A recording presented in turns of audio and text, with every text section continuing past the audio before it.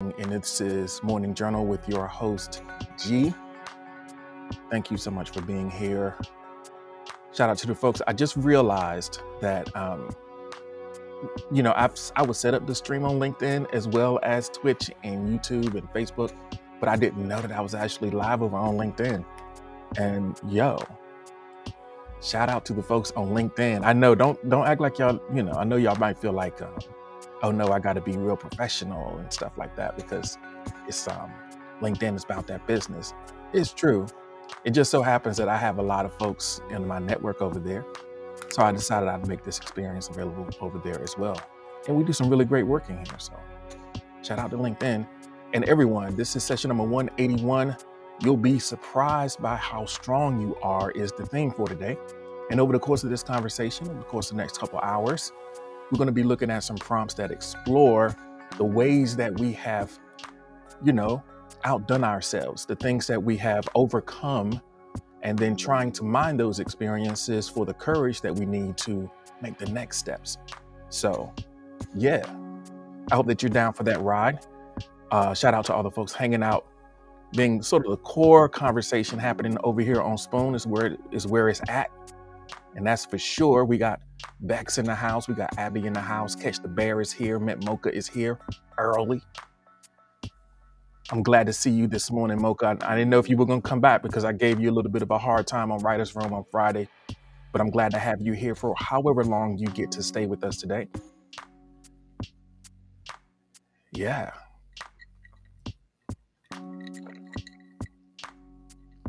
Everybody's getting settled in. Hopefully, Abby and the baby are fine. Maybe the baby's asleep and Abby's got a few moments. But we're ready to get into it. We're going to start in with a little check-in. You know how we do. We want to see how you're doing. So let's start out with just a quick check-in about the weekend. Not the weekend, like not the album, because I know that the weekend just released a new album. I'm talking more about the weekend, like the days that just passed by. What was the most memorable moment of your weekend? Or maybe it was listening to the weekend. I don't know. Let me know. I haven't heard it yet. All right. So weekends. It was a whole lot of soup and football and quiet tears this weekend for folks who last week of the NFL season. Some folks on their way back home right now. Some folks are moving on. Alexis Autumn Elf is here. Welcome in, Alexis. It's nice to have you this morning. Thanks, Bex and Abby, for the likes. I got a cartoonishly large glass of ice water in front of me and a cool pad on my wrist to keep myself from sweating on camera. And I'm excited to hear about what happened that was memorable for you this weekend.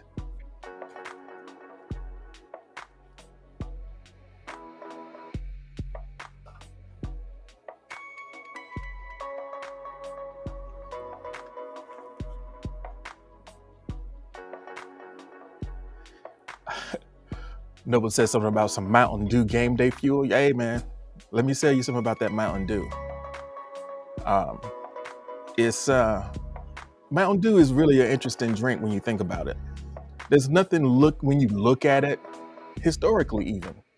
When you look at it, it's like, there's nothing about the appearance of Mountain Dew that says this is something I need to be putting in my body. Like, whoever decided to make it that color, that like toxic waste green neon color. I mean, it's always been there.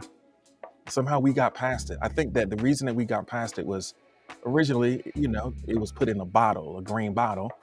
So that bottle kind of hid the contents a little bit.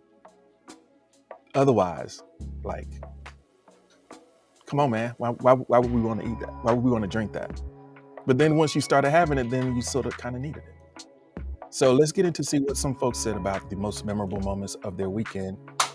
I apologize for the momentary break in the sound here. That's been happening a little bit with my browser. It was just like, okay, we're just not going to play music no more. So we'll get back to it. So for Mint Mocha says, hey, yo, I had a 3-hour studio session, 3 hours in the lab. 3 hours is a nice little chunk of time for you to make some progress and get a feel for what your thing is going to be. Val is here, folks. Good morning, Val. Thank you so much. Nobody Ancient says, you know, there's orange juice in Mountain Dew. Yeah, I've heard that, but there's also just like orange juice and orange juice. Don't do the Mountain Dew for the orange juice. If you want orange juice, drink orange juice. Don't try to bring redeeming qualities to your game day fuel. It is what it is, y'all. So Mocha was in that lab, got some work done, hopefully, or just, even if you didn't get anything done, sometimes just being in a space where work happens is good enough, because it sort of gets that ball rolling. So it's great to be in the studio. I see that Val is going to be listening in the subconscious realm. That's perfectly fine. Bex says, I found me another work from home job so I don't have to be out in those Corona streets. Yeah, it's like, let me fall back real quick. Let me get a little work done at home and not be out there coughing on people.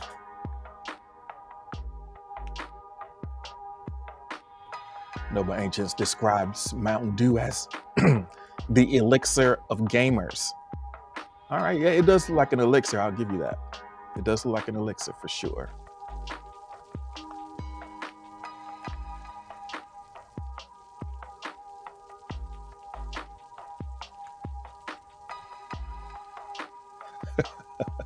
But it's like, and that's missed me with that. So Abby is checking in saying, I got to hang out with my little brother and he's getting so big. He makes the cutest and funniest faces. I also got to see my dad, who I haven't seen in about a month. So it sounds to me like, Abby, you're going to have a pretty interesting, or at least your baby is going to have an interesting, my uncle is almost the same age as me type situation. Kaloli is here. What's happening? Kaloli?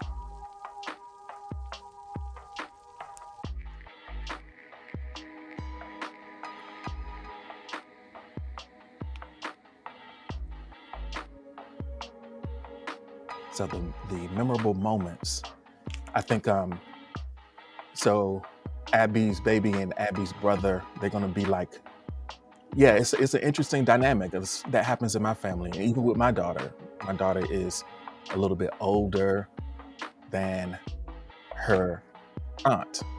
So they don't have like a real relationship per se, but it's just an interesting, it's not like they're tight or nothing, but it's just an interesting thing to say. But like my mom and her aunts were like going to school together and best friends, getting in trouble together and stuff like that.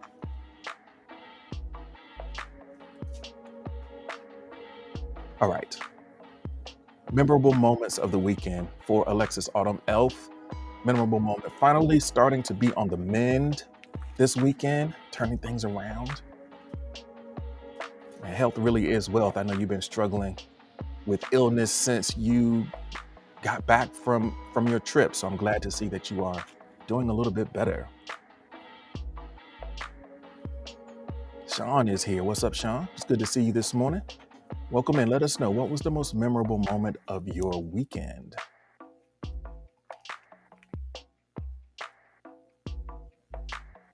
It's funny though, because a lot of times, I have the situation where I'm closer in age to one of my aunts than her oldest siblings are, but they'll still pour rank on you though. Don't get it too comfortable.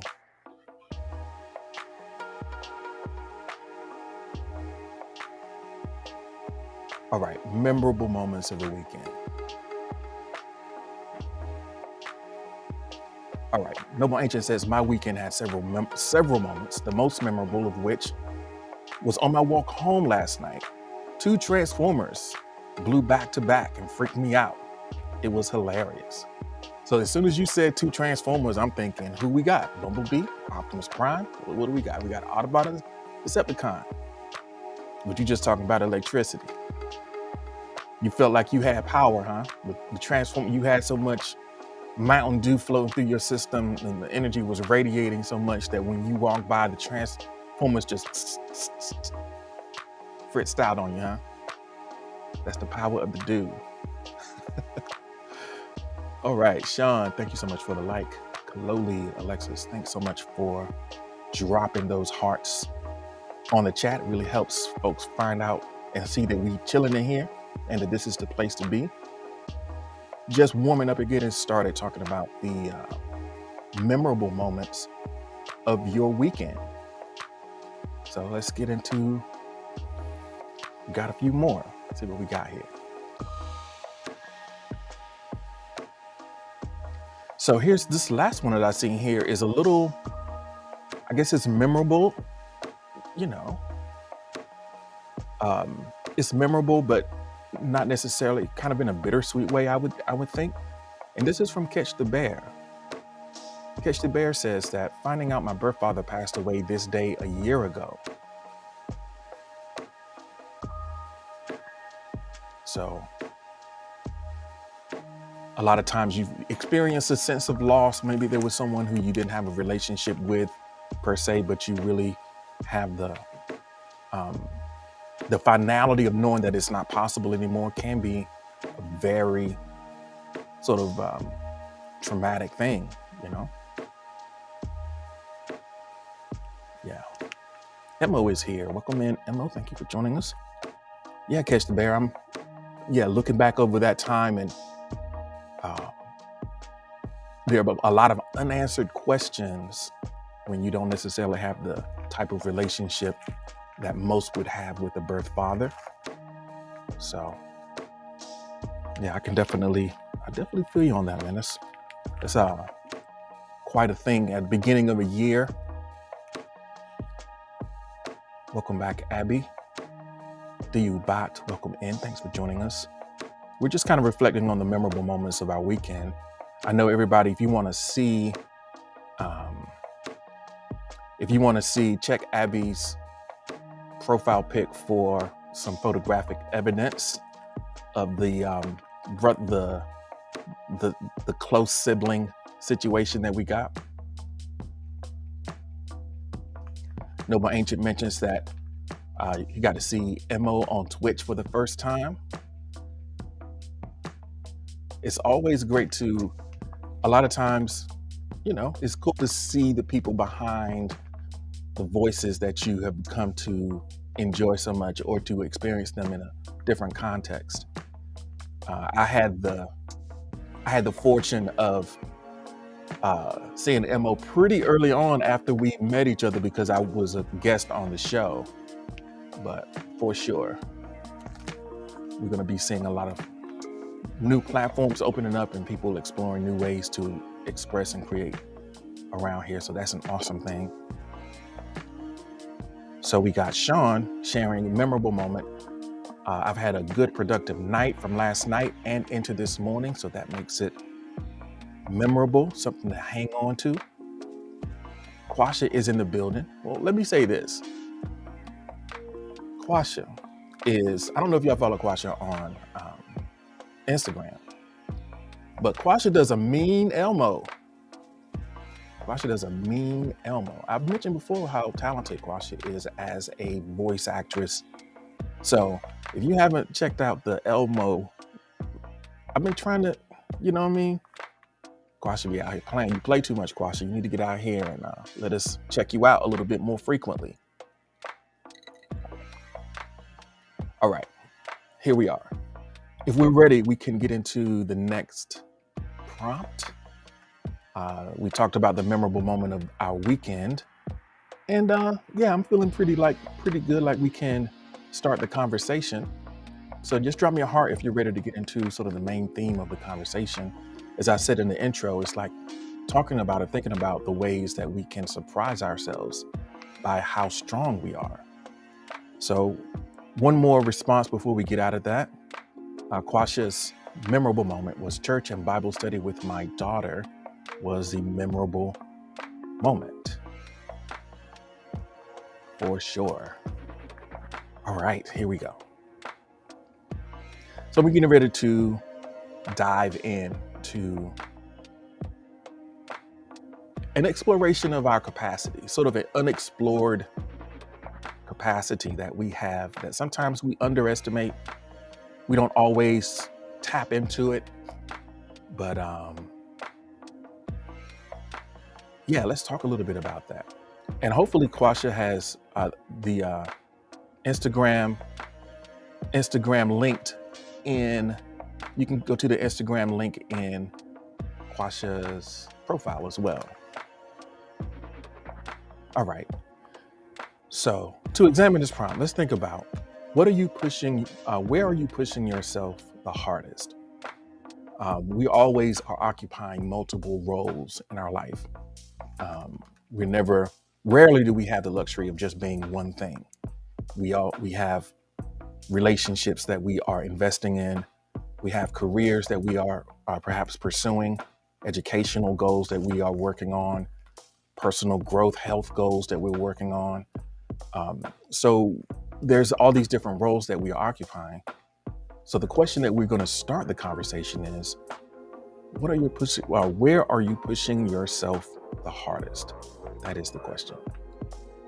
Jamocha just popped in just to say hi. Well, it's great to see you, Jamocha. Thanks for joining us. Everybody, also, if you haven't listened to Jamocha's latest podcasts and you want to get a little bit of insight into where Jamocha is in her life right now, go ahead and show her some love. Give a follow and check out where she is. She has shared a lot about, or a little bit about, her journey in the conversations here. And if that has intrigued you, make sure that you check out the podcast that she's published over the last few days. Thank you so much for stopping through. I appreciate it. All right, so let me open up the request box so that we can get into this question. Looking at the different areas of your life and the places where you are engaged, let me know, where do you think you're pushing yourself the hardest? Where are you pushing yourself the hardest? So it's a very it's an emotionally fraught experience to really go for something, because when you start pushing and when you start really applying yourself, that's the time when you open yourself up for the sharpest disappointments. So it takes a lot of courage to really push yourself. If you're holding a little something back, if you're kind of hedging and not really fully committed to something, when it works out, your self-esteem and your identity remains intact, because in the back of your mind, you didn't really push. But there are just some things that if you intend for them to work out, you kind of have to push yourself a little bit. You have to grow. You have to sort of dance with the uncertainty of things not really working out, the possibility of things not working out the way that you would hope. But there's no way around putting yourself out there and really giving the effort. So if there's somewhere in your life where you're doing that, let us know. Drop it in the request box.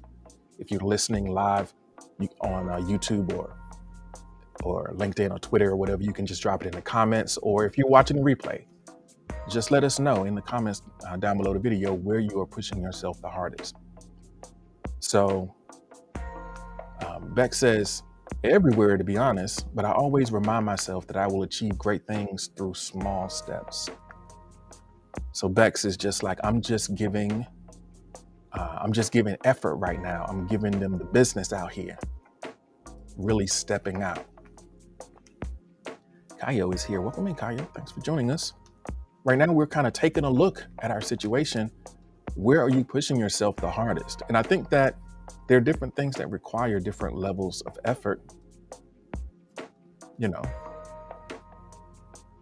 you just feel like overall, I'm just going for it, I think that's a good habit to have.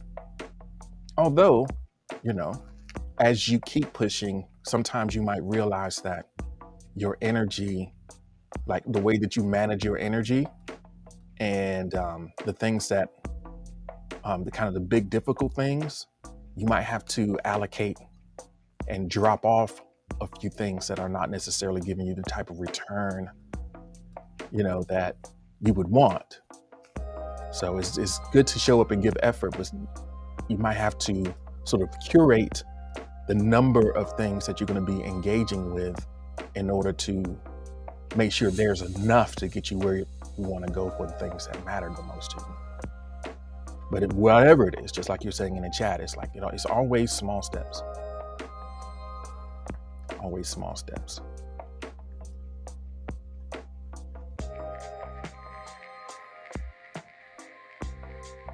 So Catch the Bear is in a little bit of a conundrum. Catch the Bear says, I'm trying to meet everyone's expectations, even though I know I can't. I'm trying to meet everyone's expectations, even though I know I can't. Yeah, wow, that's expectations, right? External expectations.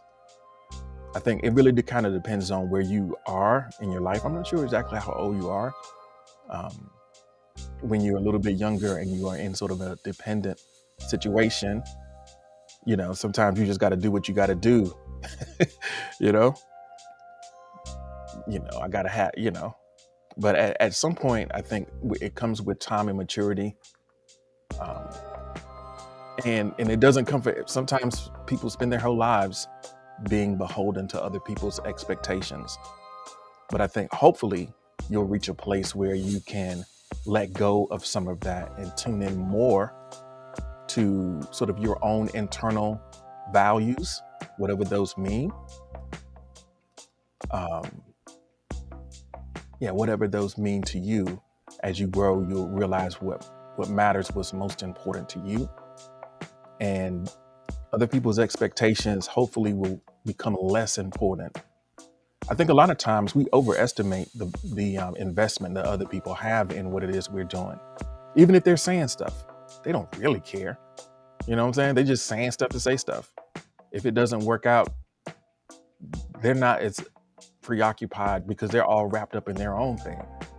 So as you kind of go along the process, hopefully you'll be able to let go of some of those expectations, because I think the best that you can offer is usually outside of what people expect of you. And I know that's something that's sort of it's kind of a culturally specific thing as well. I think there are a lot of family situations and cultures where there is a level of sort of preservation that you feel tasked with as a part of a particular family, part of a particular culture, especially if it's one that is threatened in some way. It's like, hey, we need for you to kind of hold up what it means to be one of us. And that can be a heavy weight and a lot of responsibility. And it might be worthwhile for you to do it, or it might not be. So, but that's a choice that you have to make for yourself.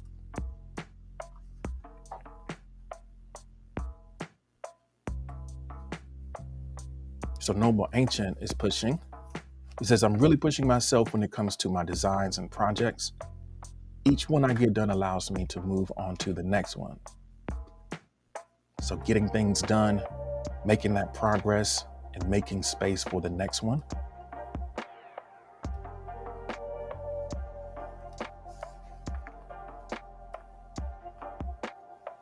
Getting done, shipping the work. Lunar Moon is here. Welcome in, Lunar Moon. Thanks for joining us. Right now, we're kind of taking a survey of our life and experience and thinking about where we're pushing ourselves. So what area of your life would that be for you? For Alexa's Autumn Elf, I am pushing myself in working. Yesterday, I created a 3-page orientation notes for Wednesday and work with the analytics to create meaningful posts for the week. So doing that prep, getting ready, trying to hone your craft as a creator, and working on the things to help promote and grow your business, using the analytics, getting in the nitty gritty. I love it. because a lot of times there are things that are just kind of necessary. We can, pretend like it's not important. We can kind of brush it off like, oh, I'm just creative, and the universe is going to determine. I'm just going to follow the universe, and if the universe wants me to be discovered or for this post to do well, I'm just going to throw it out there. Okay, you know, okay, but I don't know. Maybe you want to get a little serious. If something is important to you, there's a lot of things that you might have to include in terms of the way that you engage with it that you might not instinctively want to do, but because it's important enough for you, because it matters, because it's going to make a difference in the overall mission of what you want to create, you go ahead on and eat that frog. Look at those numbers. Be a little more strategic. All right. So Quasha says that I am pushing myself the hardest with having a better mindset, recognizing some weaknesses in your mindset, or maybe not even weaknesses, maybe some things that are not necessarily productive towards the things that you want to create. So let me see what I can do to improve my mindset. We're going to talk about some things like that might be helpful. Hopefully you'll be able to hang on till we get to those prompts. But yeah, that mindset is huge. The way that we are imagining ourselves moving through the process, the willingness to continue is largely determined by how well we manage our emotions in the process. So with the wrong mindset, whenever a challenge comes up, you are less likely to persevere. So that's definitely something to work on.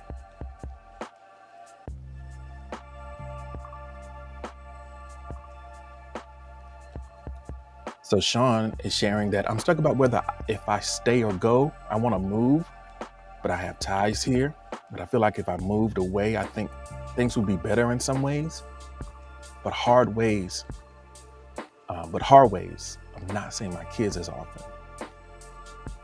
So you're kind of on the horns of a dilemma, trying to make a decision about what is the right next move for you.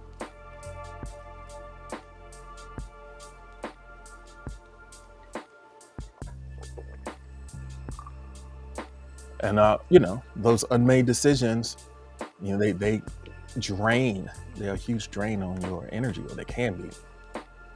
A lot of times we think that there is a single right next step, and we get caught up in this thinking that it's either going to be perfect or worthless. There's no in between, and sometimes we can get caught in between those decisions just because we want it to go exactly right. Almost every option that you take, every decision that you make is not going to be like optimal. You're always going to be working with some uncertainty. There's always going to be some, information that you don't have, that you can't get, that you can't know until you make the decision. That had you known it, you may have done something differently. But I think that we overestimate the finality of decisions that we make, and they can keep us frozen in indecision. If there's something that you are afraid of, what might happen behind a decision, and you're kind of worried about that, there's some work that you can do to think about, well, how this is sort of a drawback, but how can I work around that? What are some things that I can do so that this won't be a problem?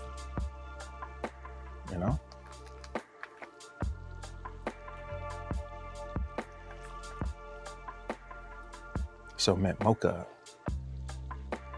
is pushing yourself to retain information I learned at work. Some processes have tedious little steps that are easy to forget. I've been doing research on effective note-taking and how to remember things faster. So just trying to grow professionally, improve your improve your performance at work by really internalizing those processes so that you can advance. That's a valuable effort for sure. I don't know what processes you use now to remember things, but it just goes to show a lot of folks are under the impression that, once I leave school, my ability to, I ain't got to worry about this no more. It's just the beginning. A well-lived life is one that is a life of learning. And the better you get at learning and retaining and being able to access, the more tools you'll have available to advance yourself closer to where you want to be. So shout out to you for working on that. I think for note taking, I'll share something that I've recently found that's pretty cool. It's called Mem. It's an app. It's a desktop app that really is kind of a note taking system that I use to organize everything that I'm doing. And they kind of link together. You can hashtag and link different pieces of information together. You can also send a text message and it'll automatically create a note that you can access everywhere. So just like off the fly things that you can kind of create and link together. So it's mem.io and it's free. Check it out.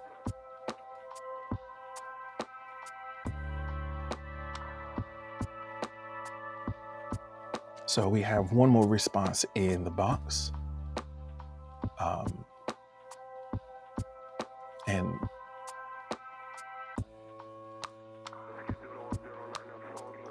let's talk a little bit about this one.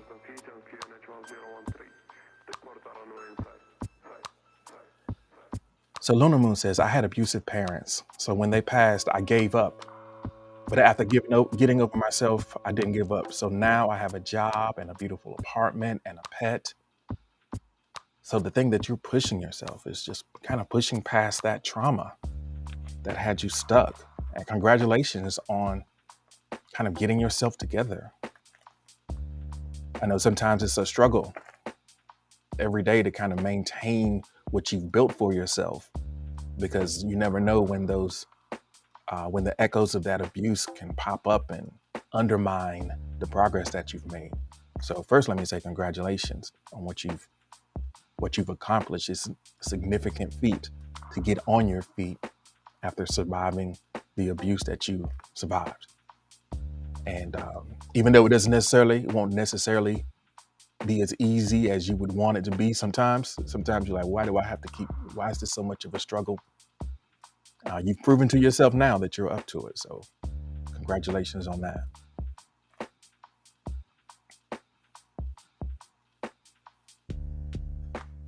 All right. Are we ready to go to the next prompt? Go ahead and drop me a heart in the chat and we can get ready to get into that.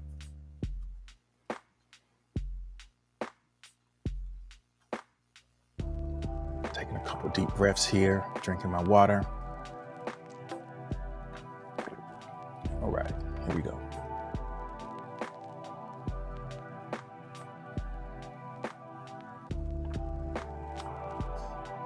So we're going to keep reinforcing this awareness of our capacity with this next prompt. The next prompt says, describe a time when you pushed past the desire to quit.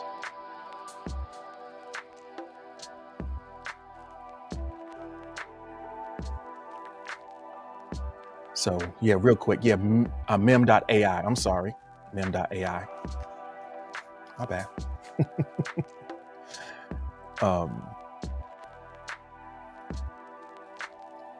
Yeah, so this prompt, describe a time when you push past the desire to quit. It's very easy to remember the times that we failed. Those come up instantly in our awareness. But let's talk about a time that you pushed through, that you surprised yourself a little bit. Like, yo, I made it. So, and in describing it, while describing it, I mean, think about what were some of the elements that were in place to help that made that happen. Like, I know for me, the things that I have done, the things that I have pushed through, there were a few elements that were typically in place that made it possible. A lot of times it had to do with community, right? Sometimes it's hard to push through in isolation. Having people there to help support you through the difficult times was key for me. I know my most significant accomplishments were never done alone. Another thing is like how much it mattered. Like when it gets down to it, how much it mattered is one of the biggest things that determines whether or not you quit. We can get involved with some things sometimes and expend a lot of energy in things that when we get down to it, they don't really matter as much as we thought they might. Like, it was one of those things that might have come from outside somewhere. Wasn't something that was deeply important to you. And that's where, especially like, we talked about, I think Catch the Bear was talking about other people's expectations. When things get tough, it's kind of hard to put your heart into something that isn't in your heart. So let's talk about times that we push past the desire to quit. Marisol is here. Welcome in, Marisol. Thanks for joining us. I hope that you are doing well this beautiful Monday morning for session 181 of the Morning Journal. We got Sigma in the house. Welcome in, Sigma. Yeah.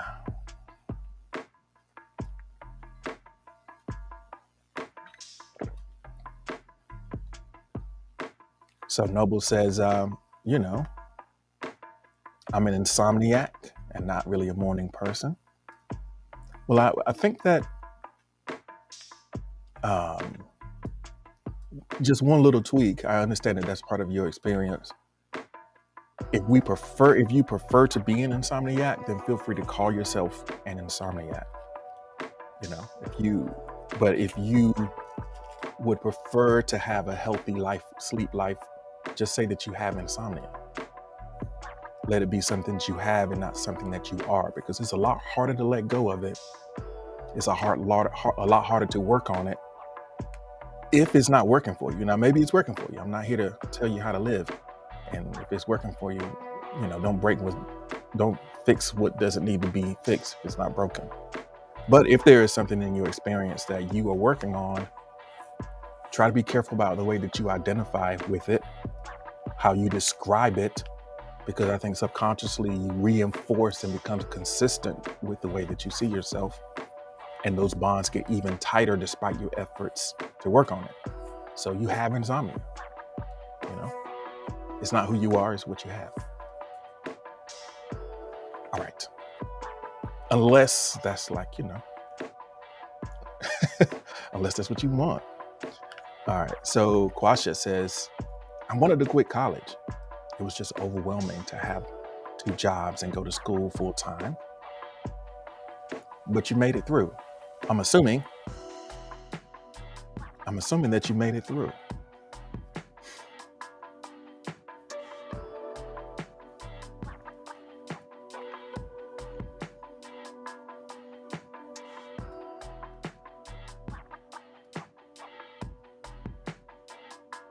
Noble says, I'm also an ancient. I mean, I understand that part. I don't think that's anything that you're trying to, and insomnia may not be either. I'm just putting it out there in case it's something that you're working on.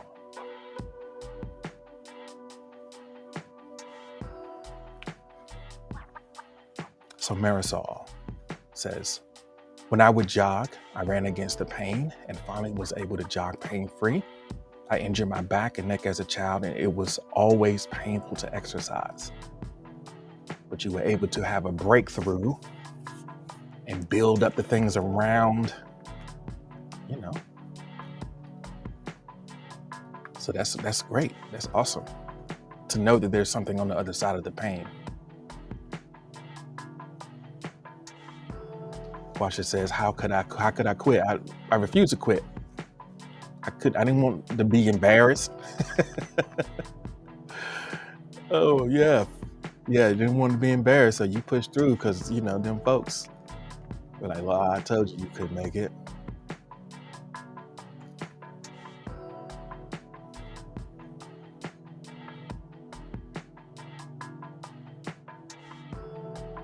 All right, so here we are.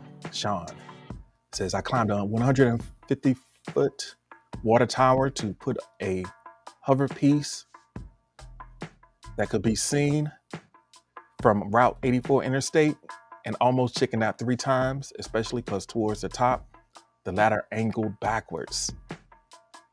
So you faced your fear and got that tag up so that people could see it." I could dig it. Is that you? Is that a picture of you in the background, Sean?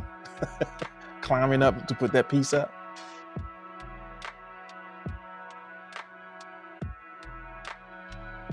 All right.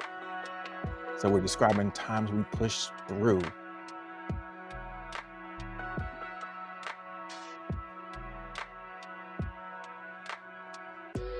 So Sigma says, "I didn't quit during the marching on the last 2 miles of my 12-mile march in basic. I rolled my ankles so much, then turned the corner and saw the finish line." So I know that I understand that dynamic. When you're doing that march and you have everyone around you, you might injure yourself. It might be like, okay, well, this is a good time to quit. But then you make it through.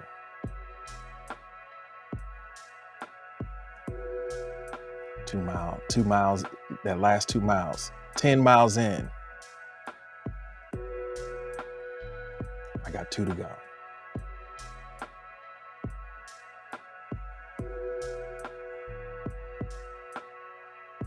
All right, here we go.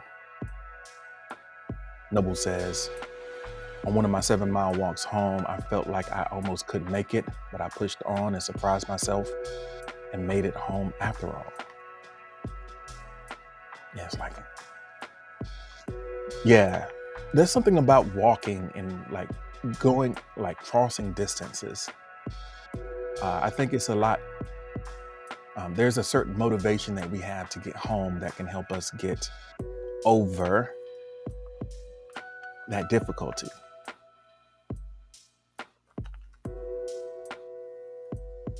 Because yeah, I think it's better to walk. It's better to walk when you have somewhere to go, and when where you are going is somewhere worth being. So over on Twitch, we have the Butcher of Blaviken. Good morning. Thanks for joining us. We are talking about times that we pushed past the desire to quit. Thanks for stopping through and hanging out with us. Let us know if there's something true like that for you. Drop it in the chat and we can share it with everyone.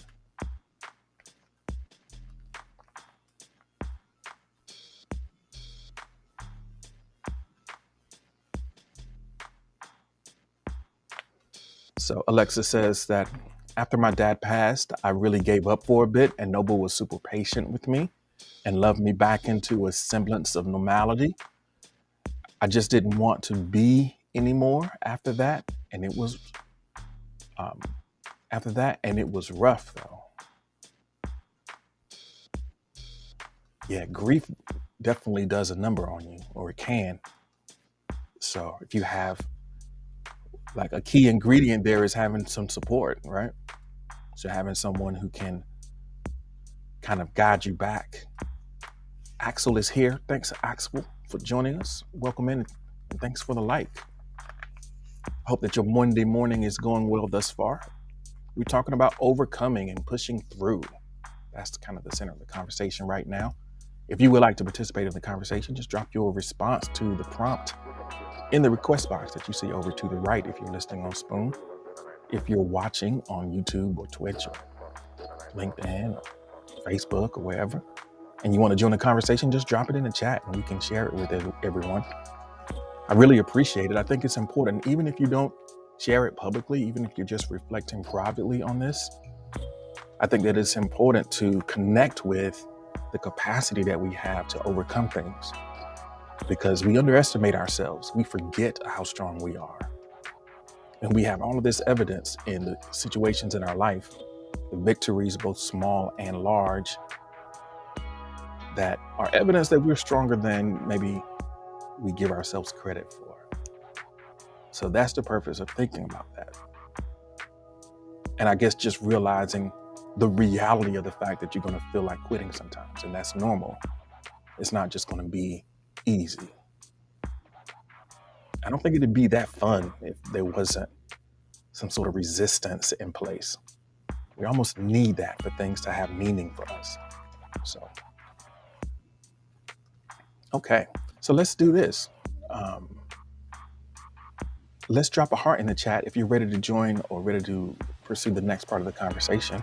We definitely have a little bit further to go, a little bit deeper to go over the course of our time here this morning. So Demon Girl is here. Welcome in, Demon Girl. I think we got one more response before we change the prompt. Beck says, I quit all the time. I quit all the time, but I find clarity when I step back from things. I always come back to my projects. So there's a difference between like quitting, like you are done, and taking a step back and getting a new perspective. So, sometimes you just press the pause button and gather yourself. So as long as it's not a final, as long as you're coming back, you're just going to retool and then you're going to return, then I guess, sometimes that's just how it has to be.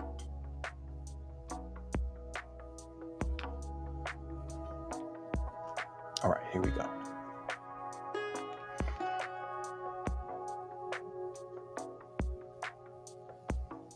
So let's talk about learning a little bit, because I think what Bex just mentioned is a great segue into that, thinking about the ways that the clarity that we gain as we engage. So there's different types of learning. I know that Mocha was talking earlier about, learning and remembering the processes to, that need to happen at work and really focusing on that. I think, that's a great example of like a practical knowledge. A lot of times our relationship with learning is tainted by the way that it was framed for us when we grew up. And one of the things, because like we kind of have this abstract thing of, is this going to be on the test? Is this going to be on a test? Do I need to invest my time in learning? Is this going to be on a test? I mean, unfortunately, we have very imperfect means of gauging process, in terms of what we usually encounter in a traditional educational setting. But that is just one of the many environments or opportunities that you're going to encounter over the course of your life of learning. And the things that we push through, the challenges that we overcome, the areas, even if we don't push all the way through, the things that we push against, they contain lessons for us that probably or maybe could not be gained in any other way.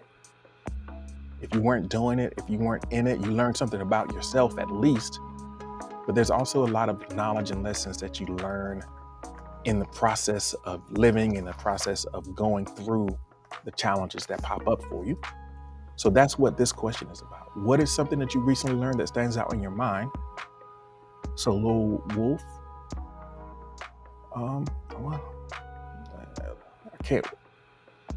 I can't say the way the name is written. It's kind of a tongue twister, but welcome in. Thanks for joining us. Yeah, what have you learned that stands out in your mind?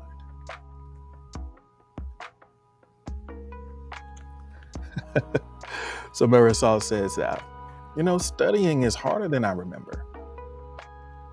Studying is harder than I remember.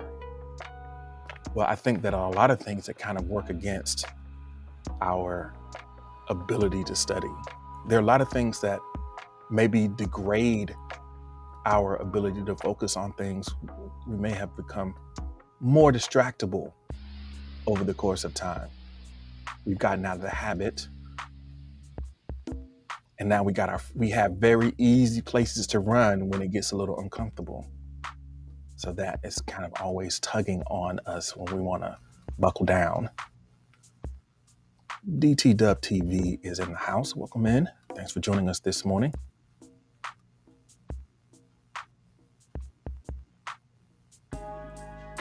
So Marisol says, studying is harder than I remember.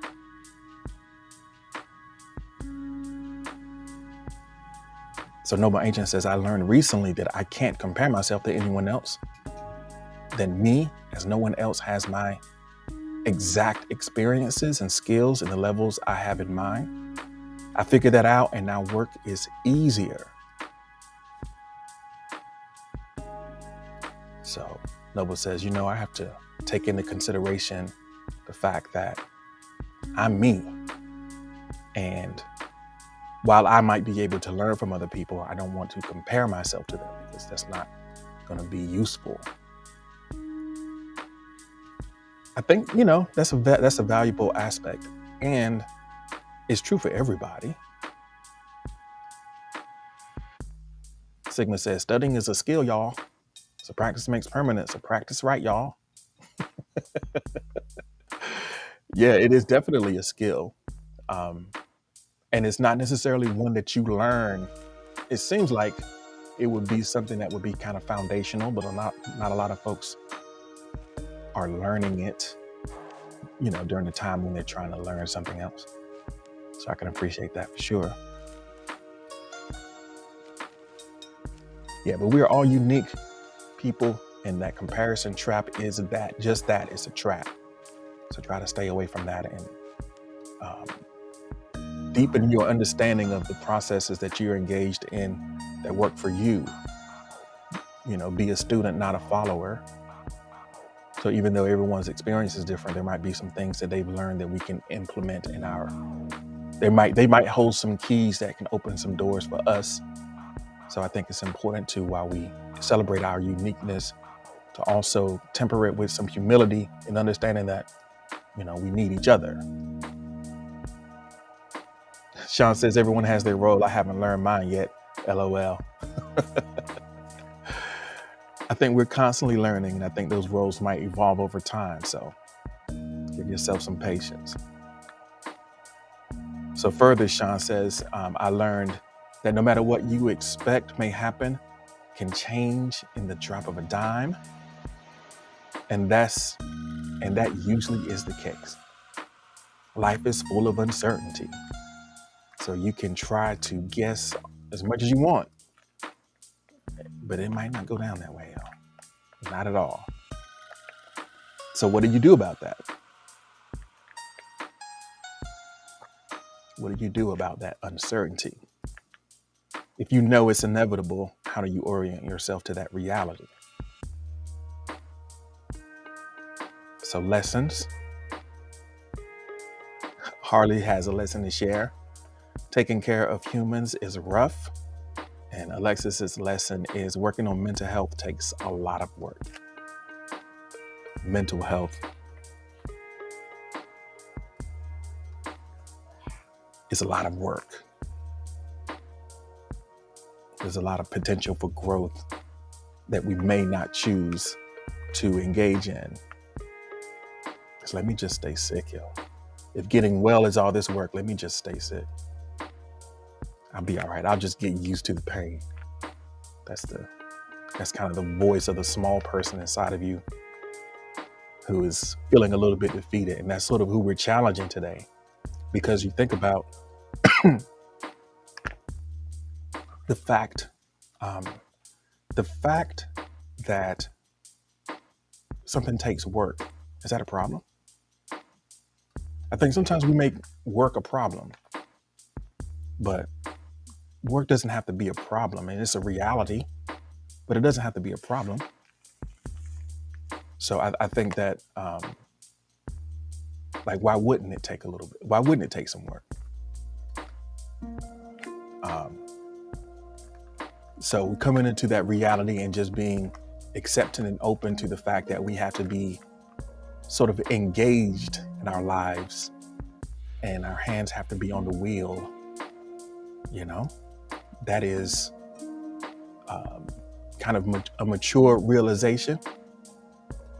And I think that there's still a lot of joy to be had if we have the right attitude towards the work that stands before us. If we don't judge it to be a burden, even if it's tedious, a lot of times we can still extract some joy in that process and maintain a level of curiosity and openness rather than despair and defeat.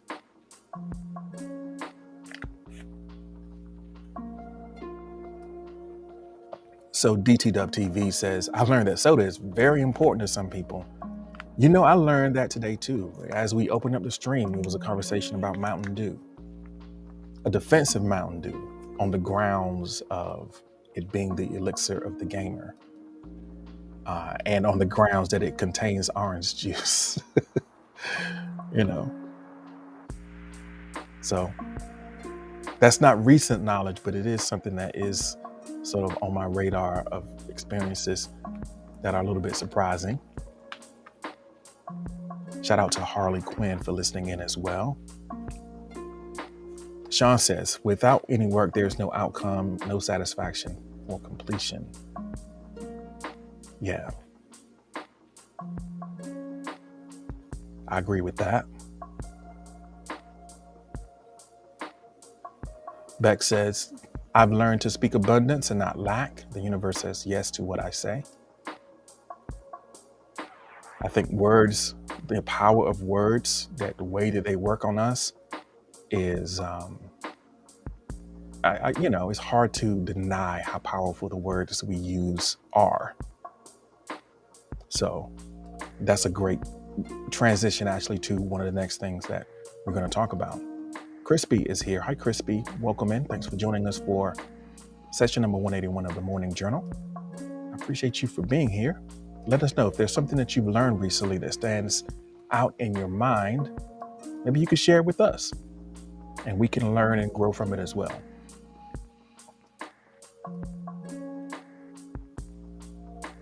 So Mint Mocha says, I learned recently about the forgetting curve. It talks about how we forget information as time goes by, as well as not applying it. I also learned information plus emotion equals long-term memory. So Mocha is on that quest to improve and grow and manage. I mean, there's just so much information out there, So you have to have some strategies that are supportive of your learning and growth. I got another recommendation for you. It's by a guy who has my same last name, but no relation. I'm going to type in the chat the person's name. You can find them under this name in a lot of different places, but he has a concept called the second brain, building a second brain. And there's a book coming out soon, but you can get a lot of his insights. Just, hop on Twitter and check him out. His name is Tiago Forte. And he has this sort of knowledge management system where he kind of leverages all the tools that are available to help us enhance our learning as we are growing. Beck says, I've helped 2 transitions on the stream. Just hire me already. Well, you already got on a tie. So the book that's coming out is How to Build a Second Brain. But the guy is, he's got a few different products and tools that are available to kind of enhance your knowledge management. So I think there is sort of a path that information travels down. It's just kind of information that's out there, unfiltered. It's just a message. It may or may not be relevant. It's just the stream of your awareness, all the different data, just raw data. And then once it becomes relevant to you, then it can become information. And you might want to take a hold of that. And then the next level is having it be knowledge, something that you can actually use.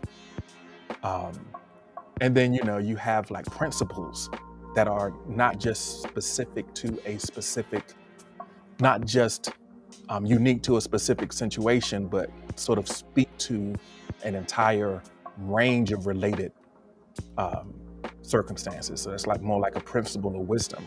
But you take all this data and you kind of push it through that filter until finally, you have this sort of embodied wisdom that helps you quickly make decisions, quickly recognize patterns, and, just be a little more, um, more intentional about the way that you're learning and growing. So, Google them up. Google them up. Beck's like, hey, I need a promotion, yo. I don't know. We'll have to talk about that. First, let me say what's up. Shout out to Aunt Capone in the chat. Popped in. Good to see you this morning, Aunt Capone. Hope you're feeling well.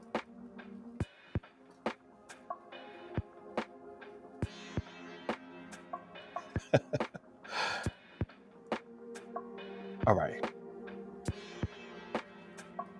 I vote higher, Bex. Okay.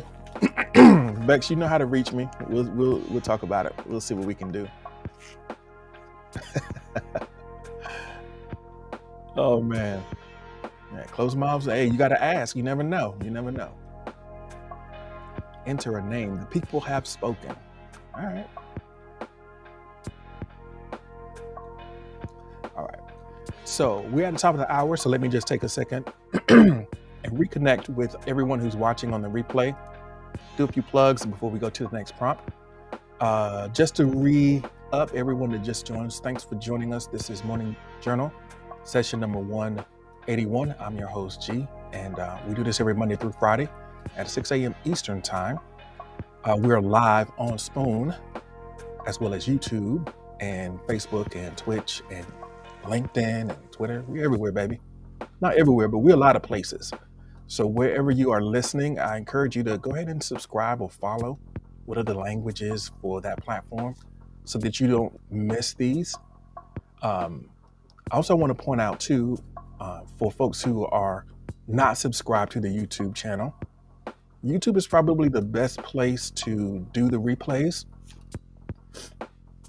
If you miss a session or if you miss part of a session, all of the archives, well, not all, but the sessions will be timestamped by prompt. So, when this session is available, I mean, you can watch it immediately, but once it's actually like YouTube finishes doing what it does, it'll have timestamped prompts. So you can just pop in, go right to the description, see what you missed, and click right to the beginning of that prompt so that if you want to hear sort of the setup for it, maybe you don't need to listen to everyone's responses first. Maybe you just want to hear the way that it's set up, the little commentary I have at the beginning before people start answering. And then you can answer in the comments below.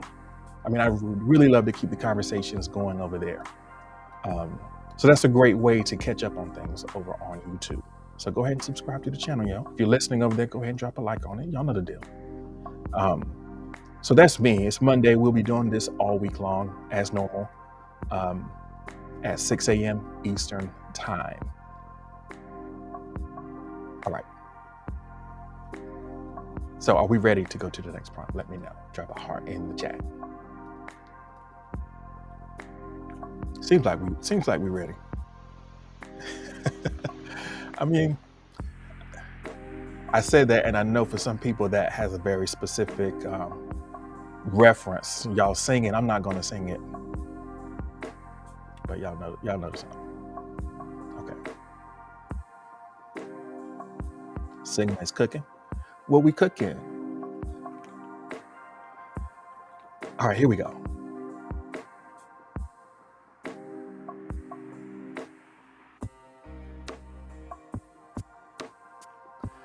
All right, so we're gonna talk again about that inner critic. I know Bex is singing it for us. I ain't even worried about it. So we're talking about the inner critic again, and I did. I think I used this background because I didn't want to make another one, but I wanted to set it up a little bit differently. I guess the real question is, when you make a mistake, what do you say to yourself? what do you say to yourself when you make a mistake? I think inevitably in the learning process, there's going to be mistakes. There's going to be less than ideal execution of what it is that we're trying to create. It's just inevitable. That's just how it goes. You don't come out perfect. The work doesn't come out exactly right. We have to kind of navigate and just gradually get closer and closer to what it is that we are intending to create. That's kind of how the process works. And there's really no way to get around it. You might get lucky every now and then and just, hit the ball out the park on the first swing. But chances are there's going to be some strikes, some foul balls,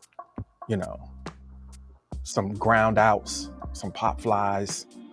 There's going to be a lot of stuff that happens before you get it the way that it works.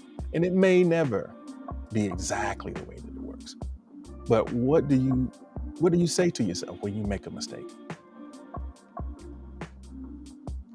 So you say it's profanity allowed? You can put it in the box. It's going to probably censor it, but you can put it in the box.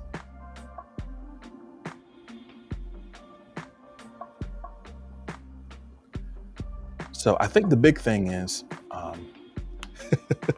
Ed Capone says, what I say to myself is do better. And it's a loud, deep voice. So we're better than this. I think one of the things that it's important to kind of understand and recognize what that voice sounds like and what it's saying to you. Unfortunately, I think a lot of us develop a habit of using shaming and self-critical language inappropriately when it comes to trying to provide some sort of motivation for ourselves. And some, we can be motivated by that fear, like that shaming, but it's not necessarily the healthiest way, I would say. And I think that it is a way that perpetuates a cycle. Shaming calls up that resistance, right? You being a tyrant with yourself, you're like, is this just what I got to do to get it done? I'm gonna buckle down, okay. And if you're using shame as the tool for motivation, you're gonna have to keep doing it. That becomes the way that you do it, and you rebel against yourself. Yes, it can be effective in the short term, but you resent it. And then you bring that level of resentment back to the table when you get ready to engage again. And it becomes this battle. I think my mom was reading a meme yesterday that says, somebody beeped at me to, leave the parking spot faster. And now I got to sit here till both of us are dead. You know what I'm saying? It's like, don't rush me. It's like, now I'm not going to do it. Now that you've made this a game, now I'm going to rebel against it. So it might be a useful intervention in the short term, but just think about the relationship that you are building with yourself with that type of shaming, with that type of, Is there another way that you can say it? Is there another way that you can reframe, reframe the way that you are relating to yourself with regards to a thing that you are doing? Does it have to be shame? Is there a different way to say it that's still true? I think you don't have to delude yourself and tell yourself like a nice little happy story or lie and say everything is roses, but is there a different way that you can say things that are still true, minus the shame and the self-judgment? Like, you're a human being, right? So that means that you're going to have some mistakes in the game. You're going to repeat some of those mistakes. So is there a way? And then what that does, that whole mountain of shame, it makes you procrastinate the next time, because it's like you've like hammered that thing down. So can we be creative? We're creative folks in here. Can we be creative about the way that we describe the challenges that we have, and write some new dialogue for that inner voice? It's going to come out and say what it says. And just think about yourself. You're the director of this movie that you're creating, and the inner critic pops up and runs their lines like, okay, you say, cut. Let's try that again. Let's say it this way. Is there a different way that we can engage with this experience right now? And it's not like the next time it's not going to pop up and say it again. It'll do that because it's entrenched. But when you notice it, maybe you can yell cut. Maybe you can reframe that shame and self-judgment into something that's more productive, less abusive, more likely to make you want to start again. Corey is here. Morgana is here. Thanks so much for joining us. All right.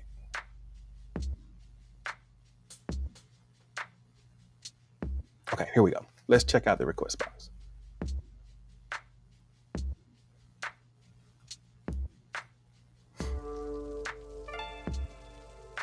So Sigma says, honest assessment, evaluate and adjust. Don't make excuses, make adjustments. Yeah, I think that when you take some of the emotion out of it, you're evaluating your performance, not your worth as a person. It's and I think that's the biggest thing about it. If the critic comes up and says something specific about what it is that you're doing, then you can work with that because there's information in that. It's like a lot of times criticism or a negative assessment doesn't include any information to help you get better. It's just an attack. Sometimes we attack ourselves and don't give ourselves any information. Okay, so how do we make it better? So that's a great strategy there, Sigma. Be honest, but just it is what it is, y'all. So Noble Ancient says, my inner critic is named Wildcard, and he's a harsh perfectionist. This the best you have? Try again. You call that done? It's nowhere near balanced. Reset it.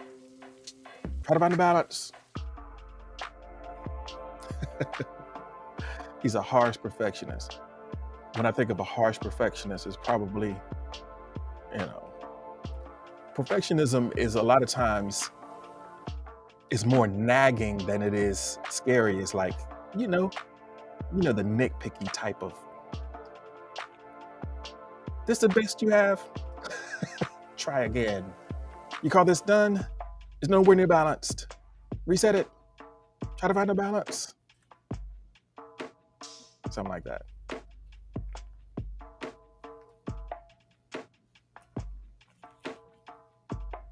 All right.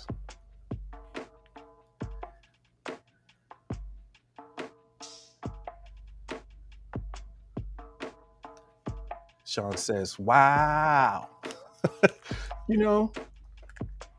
Sometimes the most biting criticism or the most difficult thing you can hear from someone, if they just say, wow. Sometimes all you gotta do is say, wow. Okay. Wow. Wow. Hit you with that Owen Wilson. Wow. And then I think the biggest thing about Sean's response is he starts talking about himself, not the work or not the thing. And I guess that's the way that you can challenge it, right?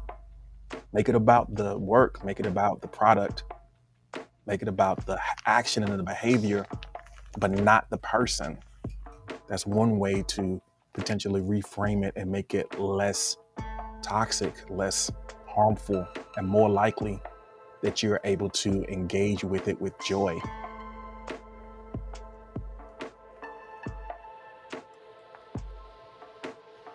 You didn't just now, G. The voice is a solid hater version of a much deeper voiceover. No, it's not. It's what I don't care. I didn't do it to be accurate. I did it to have fun. Um,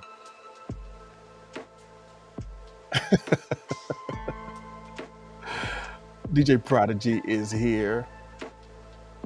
Morgana is here. Says, I guess, good morning or good night. I haven't gone to bed yet. Hopefully you're able to get some sleep. We're talking about the voices of our inner critic. What it do, DJ Prodigy. So DJ Prodigy has been going live on Instagram lately.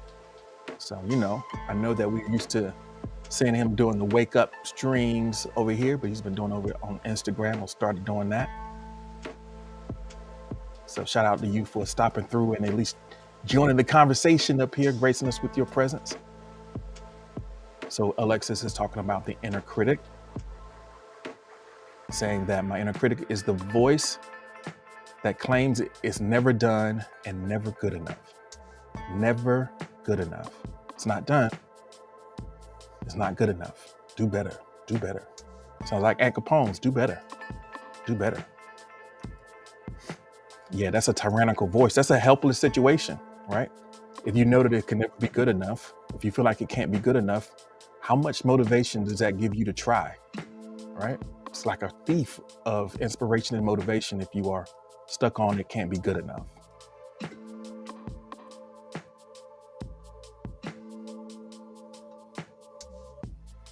So what's a healthy way to reframe that idea of it's never good enough that will help you get started and get on the road to getting better?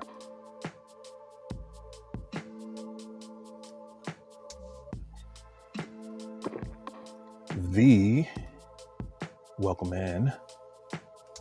Thank you so much for joining us. We're talking about the voice of that inner critic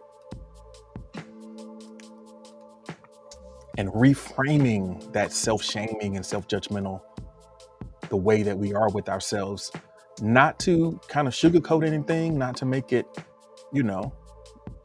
not to make a delusion, make a delusional situation. We can keep it real, but there's different ways that we can script. There's different ways we can script the experience to make it more likely that we can restart and grow.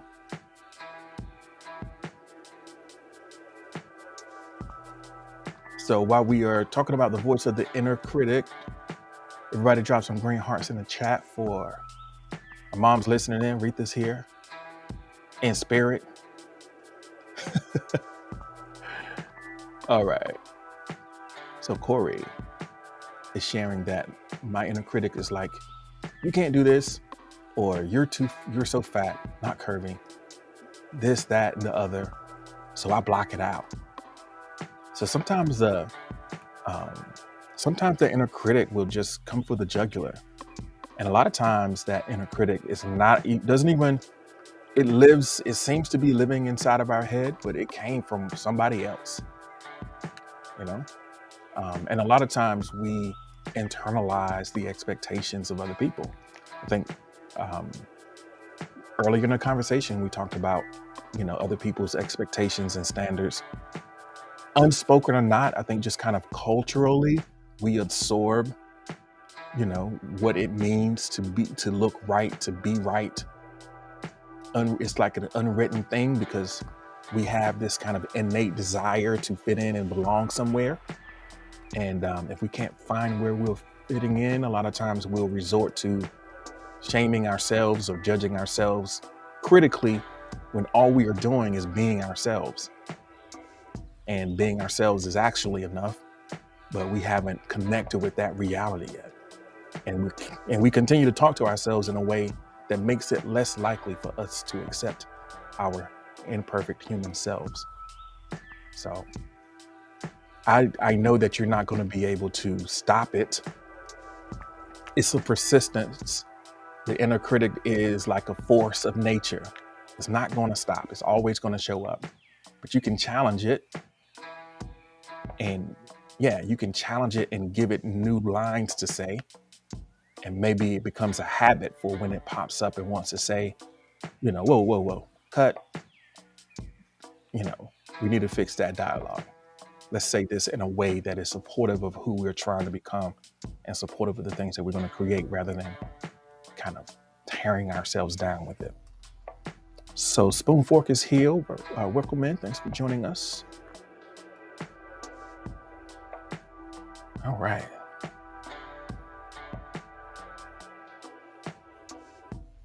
Yeah, you're the only one that's been here the whole, you're the only one that has been here with you the whole time. So you're responsible for taking care of yourself, right? So Corey is mentioning Atomic Habits. Yes, James Clear. That is a really good book.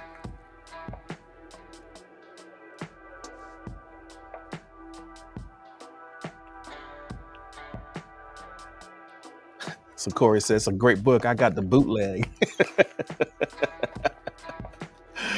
Oh, Corey got a bootleg. Shout out to Corey for bootlegging books. Love it. It's like, hey, it is what it is, baby. I got to get it how I live. Hey, don't hush me. You the one that said it.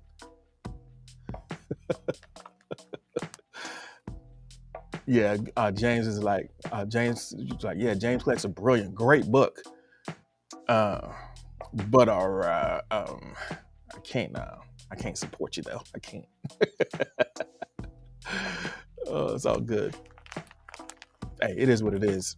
I mean, there's so much great free information out there. And hopefully as you study that book and you incorporate those habits, you'll be able to, afford it, because your life will turn around and get better.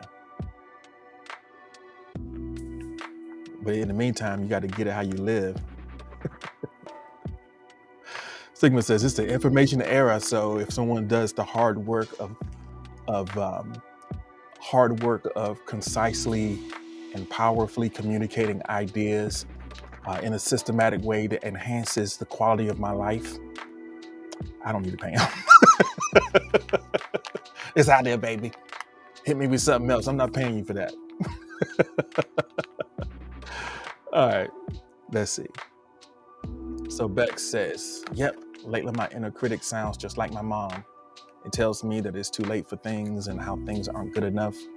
Whenever I hear it, I just repeat, return to sender.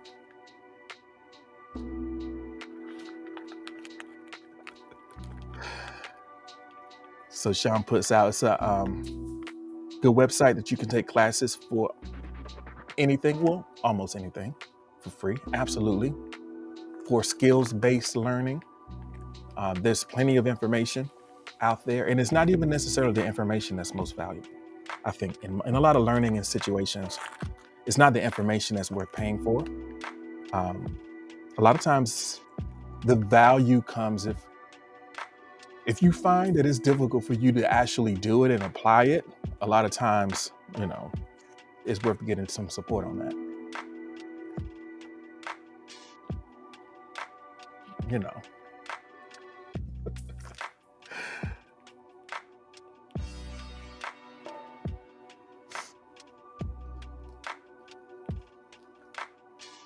Vampire Justin is here. Welcome in. Thanks for joining us.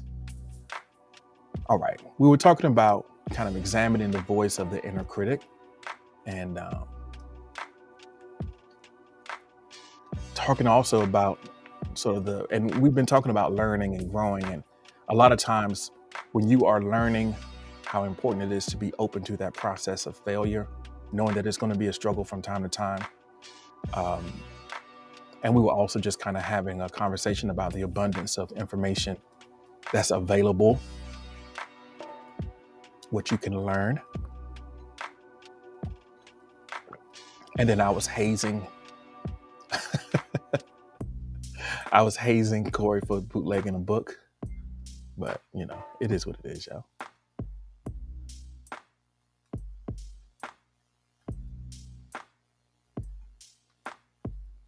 All right. I just think that on some level, the biggest thing is if you can find the information and apply it and make your life better, that's, it's like, I'll get at you later. Let me use it first and I'll get at you later. You can go ahead and just delay that gratification. Leche Podrida, welcome in. Thank you so much for joining us this morning. We're talking about the voice of the inner critic. We're going to get ready to go to the next prompt in just a second here. Daniel Earthsky has joined us. Sabrina is listening in. Hi, Sabrina. Thanks for listening in with Corey. Um, yeah, I think we can go to the next prompt as well. But it's up to you. I'm not in a huge hurry. I think the big thing today is we want to sort of tap into our experiences to recognize the the unappreciated resilience that we have, that we are stronger than we give ourselves credit for, and there's evidence throughout our life that kind of supports that reality if we are willing to and able to reconnect with it. So the big thing about that critic is trying to undermine the value that you place on yourself to keep you from doing the thing that you want to do. And it's not like expressly trying to keep you unhappy. What it's doing is trying to keep you safe, It's the inner critic comes up and judges you to protect you from other people judging you. It's just trying to take care of you. But it's misguided. So we just have to find a better way to not let it make our world smaller than it needs to be, because it can. That fear of judgment and that criticism can make our world a lot smaller than it needs to be. So, all right, go ahead and drop a heart in the chat and let me investigate what our next prompt might be, if we're ready for it. Make sure I didn't miss any responses. Oh, I'm glad I waited. Inner nickname says, I took my inner critic to a Qdoba to get him a burrito, but didn't order anything because I couldn't get his order right as per his assessment. Oh man. Yeah, you can't. Some people you just can't. Some people you just can't please. It's a perfect example. I'm not gonna get you nothing because you're not gonna like it no way. So DTW TV says the inner critic would tell me to be quiet, stop joking around all the time. It's like, hey baby, I just got to be me. If that's what the inner critic tells you, Berlin, I think that you probably have a decent relationship.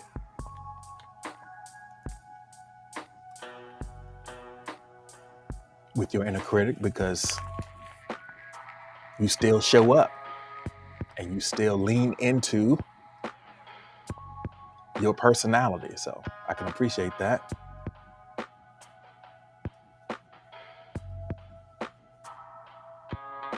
All right. So I saw a couple hearts in the chat, so we can get ready to go to the next prompt. Take a deep breath. All right, let's see what we got here.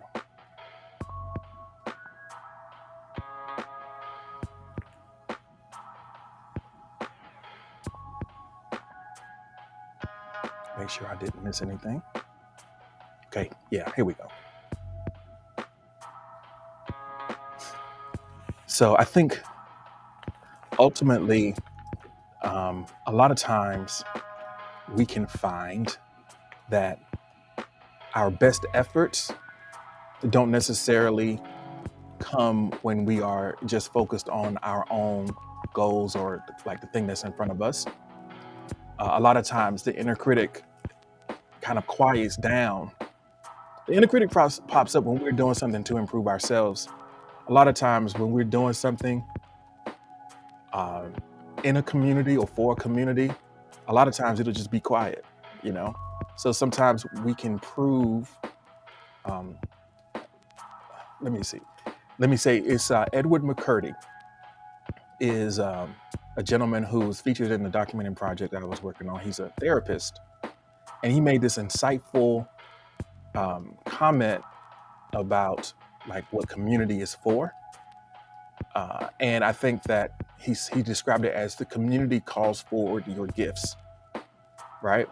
So the things that you might have doubts about, there are things that are inside you, there's possibilities inside of you that are dormant, that only are activated in service, So even if you're pursuing your goal and building your career or creating something, a lot of times the thing that gets you over the hump and over the resistance is thinking about the way that it's going to positively impact your community or your customer or your family. So as you examine your skills and your experiences, of course, we are all in the process of trying to create a life of some sort. We're on a journey of some sort, and there's some things that are personally important that we want to achieve. But in the meantime, what can you help us with? So let me reset the request box, and let's think about that. What can you help us with?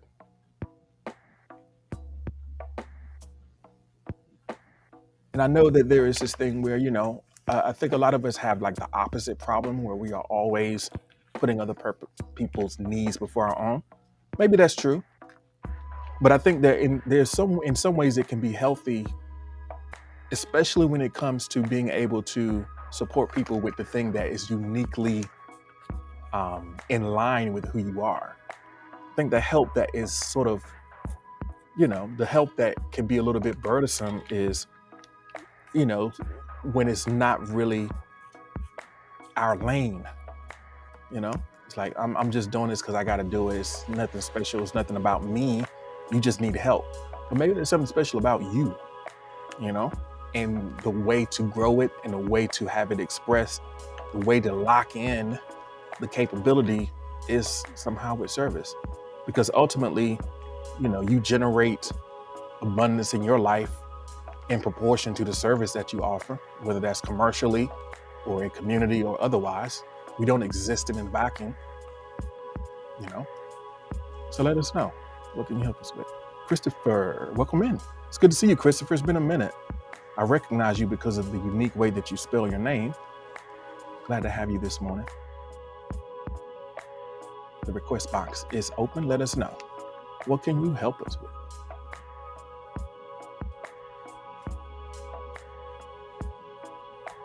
Corey says that I can help us with positivity and punching the negativity in the eye. So sometimes we might need a sprinkle of optimism in our situation. Sometimes we are overestimating or we're over-indexing on pessimism. So we need someone to help us see a better side of things. Not that we need to hide ourselves from the things that are challenging, but sometimes we need that little boost. And Corey says, I got you on that.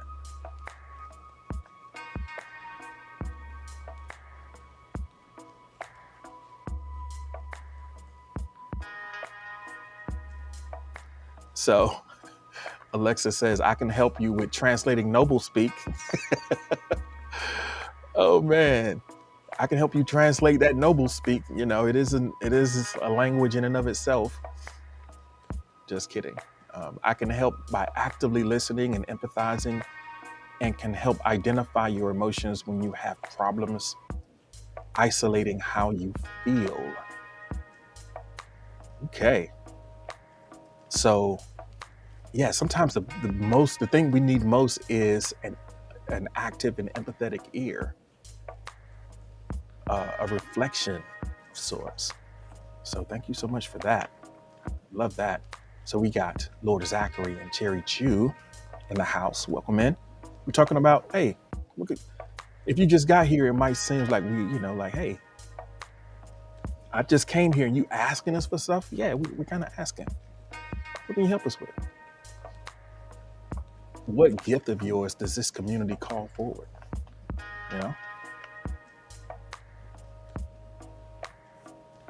What's a way that what's a way that you can grow with us, right? So Uncle, let's see, I'll interject for a moment. What's up? AK is here. Welcome in, AK. Thank you so much. Corey is giving us a TED Talk in the chat, summarizing the stolen book. We're not even going to have to steal the book. Corey's going to break the whole thing down for us in the chat. All right, here we go. What can you help us with? And Noble Ancient says, I can help you learn something new that you might not realize you want to learn. Or perhaps if you need to know something that I can help you with, you asked.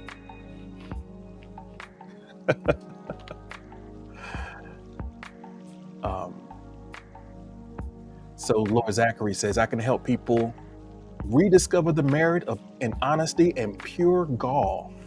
Lord Zachary says, I can show you how valuable it is to have the unmitigated gall, the temerity, the nerve, the audacity.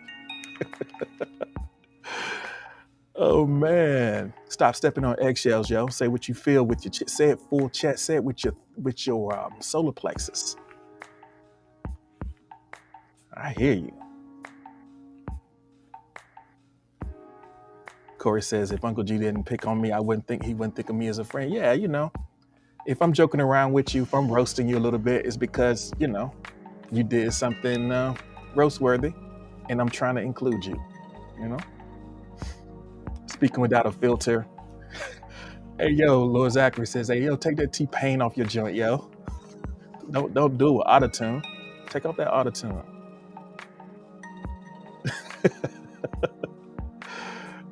Yeah. The death of auto-tune. I could dig it. Okay, here we go. Sean says, what can you help us with? Well, to be there and help to provide knowledge where I can, support if needed, and try to be kind and maintain a healthy environment for all the peeps on here.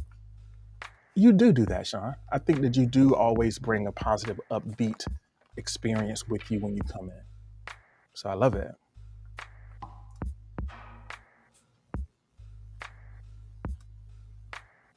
All right.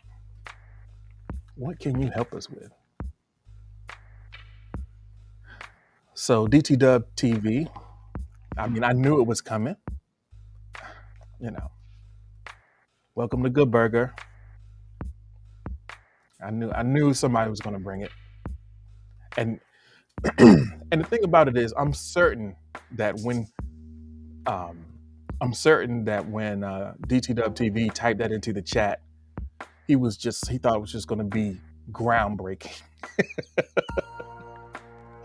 But I seen it coming a mile away. I said, I know somebody's going to say that. I'll allow it. All right. So the idea of thinking about what you can help us with is also, it's a sort of an exercise to kind of ground your work in a reality that can be sustainable. There's definitely a value in creating things just for your own self and for your own, just for fun, for no one else to see. But it's hard to live that way. So if you can find an intersection between the thing that you are uniquely gifted at or that you are specifically striving towards, if you can find an intersection between that and where we need help, you might have a winner,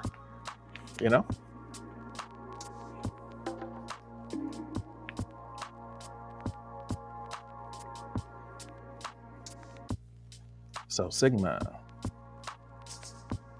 says, I can help by lightening areas that are dark and scary for others while providing comfort and honesty.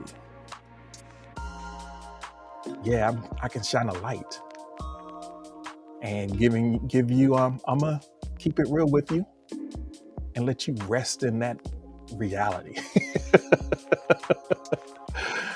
Oh man, rest in that reality.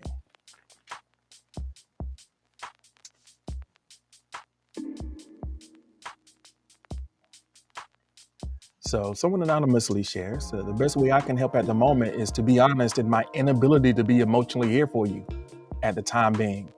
Show that it's okay to focus on yourself and be unavailable. So someone anonymously said, I ain't got nothing for you, fam.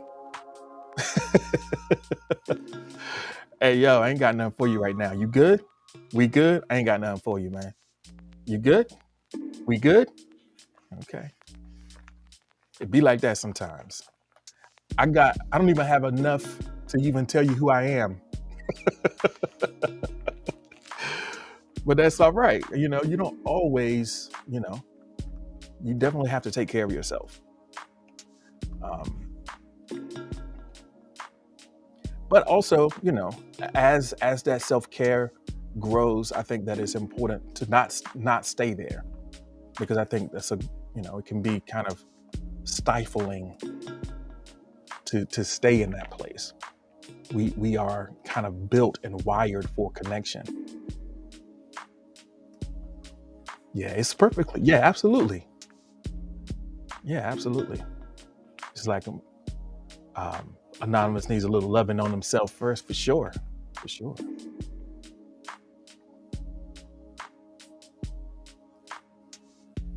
So Lord Zachary says, I can help with the concept of honesty, integrity, despite what others may feel. Getting your feelings hurt is constructive, not destructive. Confidence is built from discomfort. Lord Zachary's going to give you that tough love. Like, yo, stop playing with yourself. Stop deluding yourself. Don't play so much. You know what it is. I'm gonna keep it real with you, with respect. But hey, cousin Delilah is listening with men. Thanks for joining us this morning.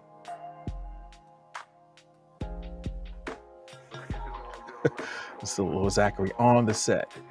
So we were talking about, in the previous prompt, we were talking about that voice of the inner critic, and rescripting that voice to not be shaming, to be honest without being shaming, to include solutions and improvements, and not just self-judgment and criticism of the person, but of the performance.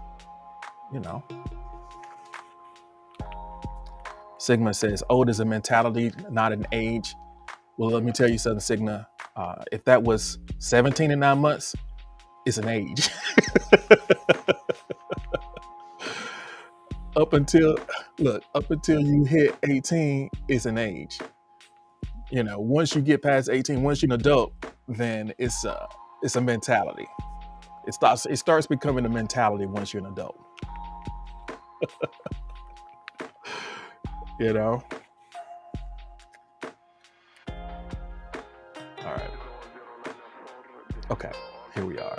Cherry Chews, miss being here, and we missed having you, Cherry Chew, for real. I know that you've been traveling and that you're getting back to your what is your normal now in terms of studies and back into place. So it's nice to see you here, and hope that things are going well for you. My cousin Delilah says 62 is an age. Oh man.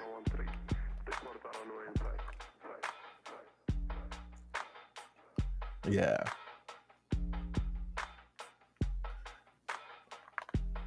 All right.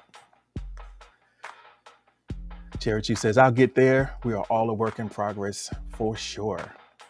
Okay, let's y'all been really great today. Let's get ready to go to the next prompt. If y'all are ready, just let me know. Drop me a heart in the chat. All right. Oh, the name of the song that just played, it's called Monkey Throw Mode. Okay. Yeah, Monkey Throw Mode. Real, that's what it's called. Arc de Soleil. They're dope.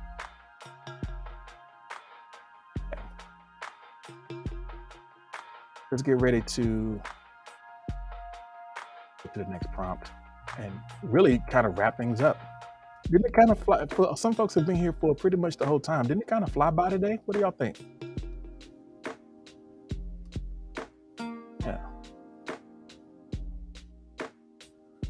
All right. Go ahead and reset the request box and go into what might be our last prompt of the day.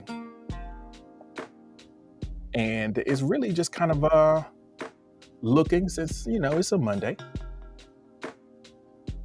So let's take a look at the week ahead. And given the conversation that we've been having about effort and the things that we have been strong in overcoming, the times where we demonstrated our ability to push through difficult things and not quit, we've shown ourselves that that's possible, in many different cases over the course of our life. We brought some of those up today.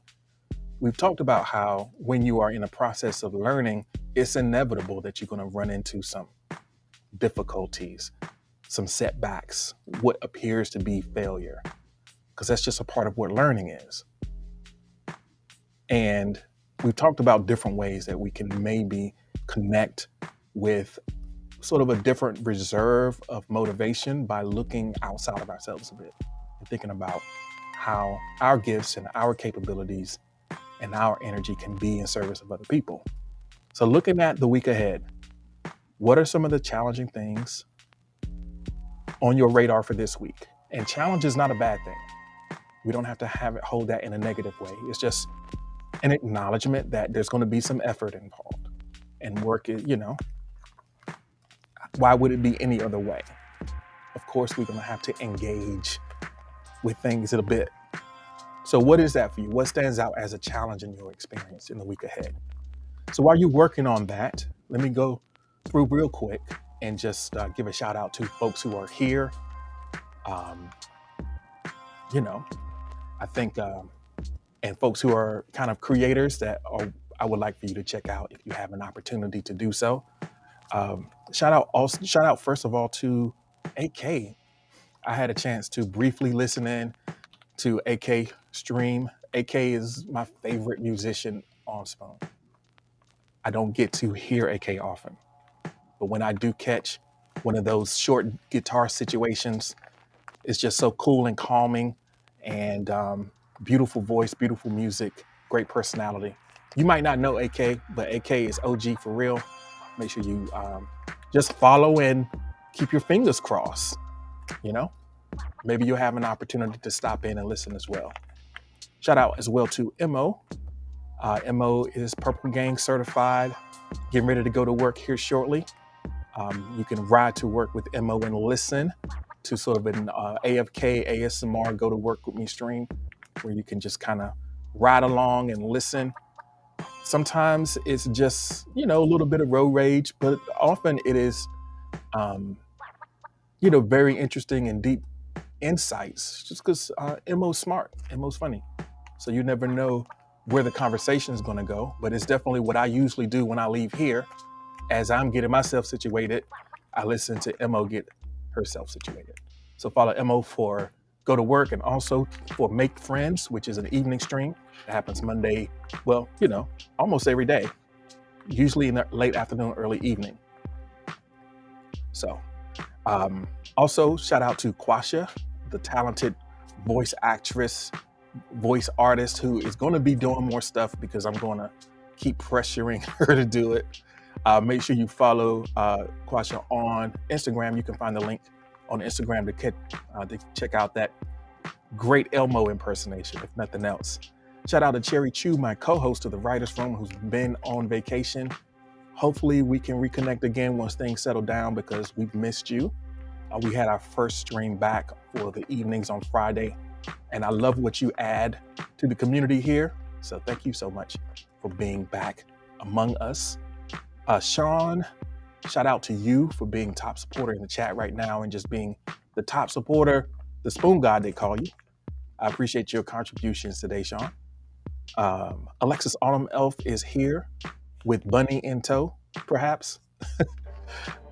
Thanks so much, Alexis, for all of your insights. You can catch Alexis live on Tuesday, Wednesday, and Thursdays, streaming in the evenings, Eastern time, afternoon if you're in the Pacific. Not going to get too detailed because we're running out of time. Follow Alexis. You're not going to remember all that anyway. Just follow Alexis for game streams and mental health conversations as well, especially on Wednesday, because Alexis has been working on that. So Shout out to Noble Ancient, host of the Gamer Shop, which is live on Tuesday at 6 p.m. Eastern Time, talking about tabletop games. So check out Noble Ancient. DT Dub TV is in the house, host of Random Discussions, and also the host of DT Dub TV on YouTube. Make sure if you're listening on YouTube, follow DT Dub TV for your gaming. If you're into games and comedy, watch DT Dub TV. Provide some social commentary, maybe some reactions and some gameplay. Good times. Let's see. Shout out to Bex, angling for a promotion. I'm not sure what role, but really being a insightful member of the conversation and helping us to transition between topics, as well as being an OG. Really appreciate you, Bex. Pink Princess of Spoon in the house. Shout out to Val, who is managing here in spirit. So yeah, let's see what we got. We got the most challenging thing on your radar for the week was the prompt. So let's see what we got in the request box. Corey says, doing everything for school and myself while staying mentally stable. That's the challenge. You think you're up for it, Corey? You think you can make it through? It won't be perfect, but you think you can survive it? I think you can. Sabrina Joy is here. Welcome in. Welcome in, Sabrina Joy. I had a chance to listen in to Sabrina Joy's stream on Saturday morning, wee hours. Really cool vibes. So I'm glad that you were able to stop in for a few moments while you are here. I think Sabrina Joy plans on streaming on Saturday mornings. So for folks who listen in here, who are up, and I'm not going to be on, and I can attest that if you like the vibes here, you can probably enjoy the vibes over there with I Am Sabrina Joy on Saturday. More challenges for the week. Noble says that for me this week has unique challenges and core rule books, a few games of varying styles, and doing an orientation. A lot going on this week. Get that ball rolling into the new year. Someone anonymously says that picking up on the things I let go by the wayside while simultaneously not letting my brain go to the darkest places of the dark places, given my current circumstances. You dig? I dig, for sure. Trying to maintain and at the same time advance is a difficult balance, but that's the challenge that's before you. Hopefully that you are up to it, anonymous friend. So Alexa says, catching up on pen pal letters, finally, while balancing writing and work and streaming. Tunes BDX, welcome in. Thanks for joining us right now. The most challenging thing on your radar is COVID. Hopefully you are maintaining and on the mend from that. Kanashi, welcome in. You're just catching the last couple minutes. Cherry Chew misses streaming, so maybe we might get blessed with some jazz or some, calling for a friend. So the song that's playing right now is called Dreaming by Haranoda.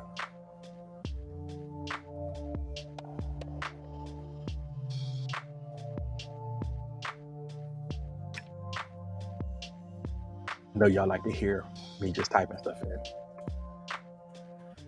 All right. So Tune says that my whole house has COVID. Man, that's rough.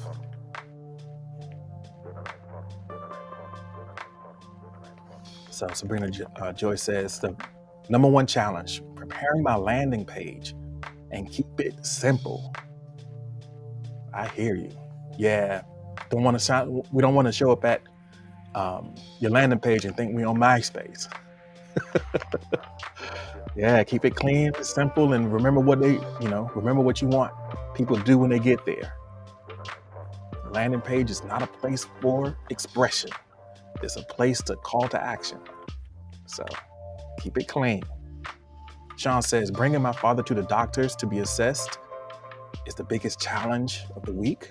Assessed for his dementia. Yeah, dealing with the kind of the emotional toll of um, the road ahead of being a caregiver for aging parents is definitely an emotional challenge for sure. So Sabrina, Joe likes the music. I'm glad that you like it. I'm looking at the clock, and I don't know how much you're gonna like this music because it's the almost time for the outro music. So for those of you who kind of gauge your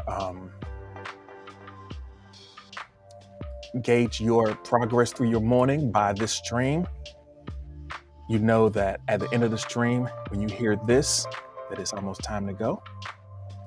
And I want to say thank you to everyone who's been a part of this experience this morning. We'll be back tomorrow morning at 6 a.m. Eastern Time in all the places. Shout out to all the folks listening in and watching us, all the replay gang. Thank you so much for hanging out with us. Remember, you can respond in the chat or respond in the comments on YouTube if you would like to join the conversation later on and catch the replay. After a day or so, the replays will be time-stamped, so you can just skip around to catch what you missed. So that's a cool thing. I hope that you can, make this a part of your experience. If this is something that's good, if you enjoyed it, I'd love to see you more here. And I really appreciate all of your engagement and the way that you support each other, the way that you're kind to each other here. I don't necessarily catch everything that happens in the chat. So when I see you like sending prayers up for each other and saying encouraging words for each other, all the different ways, however your language of love and support, when I see you expressing that, it makes me feel good. And I know that this is the type of place that, we want to be. It looks like the theme song woke up Val. Thanks for hanging out with us. Y'all have a wonderful Monday.